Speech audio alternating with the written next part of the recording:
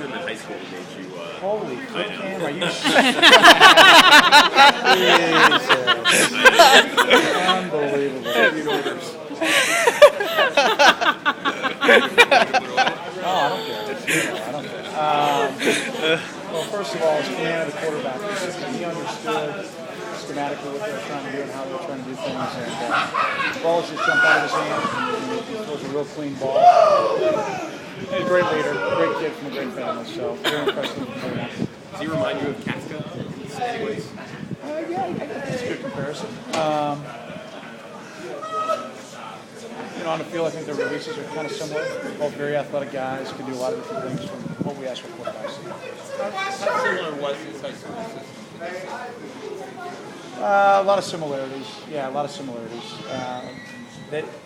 I don't think they had a real deep quarterback position, so they might not have run as much as we ask our quarterbacks to run. But I'm trying to jog my memory, Skip. That's what I recall. I mean, they didn't run as much as we did. He said when he committed that one of the reasons he came because of the similarity of the system. Yeah, I mean, there's a lot of similarities. The only difference I recall is they just didn't run as much as we did. Did that help him at all when he came? Picking up the system? Yeah, I think it always does, but then again, the speed of the game and all the things mentally. But yeah, I mean, he's a quarterback. He's one of those guys. That's what he's done his whole life, and you can see it. He's got some moxie, stands in position. You can see he's gone in. 3 games, and he made a great throw on Saturday night.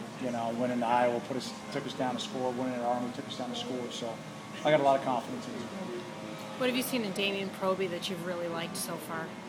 Well, Damian's a physical guy, plays with his feet apart, plays good fundamentally, Tina, and that to me is where our biggest issue lies on defense is fundamental consistency.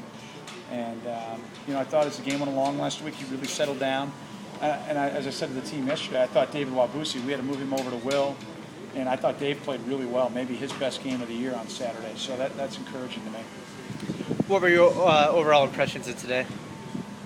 Tuesday practice, I thought the guys had good spirit. I thought it was a physical go. First day game plan, so we're getting ready to go against the Hoosiers. New offense, new defense than we saw a week ago. So, there's always going to be an ebb and flow, but I thought it was pretty good. Do your boys realize how special it was to meet Joe Buck? My little guys? Yeah. What's today, Tuesday? I haven't even had a chance to talk to them about it.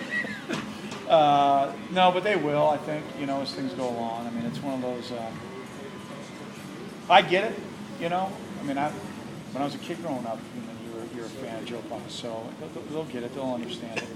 I just think it's kind of cool. I mean, Joe's so gracious. For him to go ask somebody to go get the kids, I think it just tells you what kind of guy Joe is. So they went into his box. That's how they went and saw him. So pretty cool. When you recruited Kane, were you expecting him to kind of play wide receiver and all this other stuff? No, we expect him to be a quarterback. We knew he had a very, very dynamic skill set, but we expect him to be a quarterback. And, as we talked in the offseason, based on the way he played in the bowl game last year, no matter what happened and how things shook out, he was going to be on the field. And the credit goes to him. He's got to work diligently to get prepared for each game. He's got to learn multiple positions. It's hard enough to be a quarterback, let alone to learn the other roles that he has to learn. And obviously Mick and Dennis are doing a good job. Same thing with Matt, trying to get all those things simplified to where he can play fast. And to this point, he's been able to do that. And you said these last couple of weeks you want more players like Kane.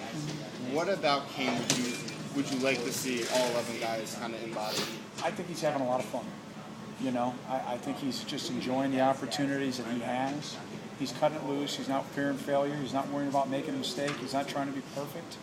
He's just going out and having fun. And for whatever reason, I think sometimes when you have lack of success, that other aspect manifests within your psyche, where it slows you down a little bit prohibitive because you're worried about making that mistake that might hurt the team. And through that, you play a little slower.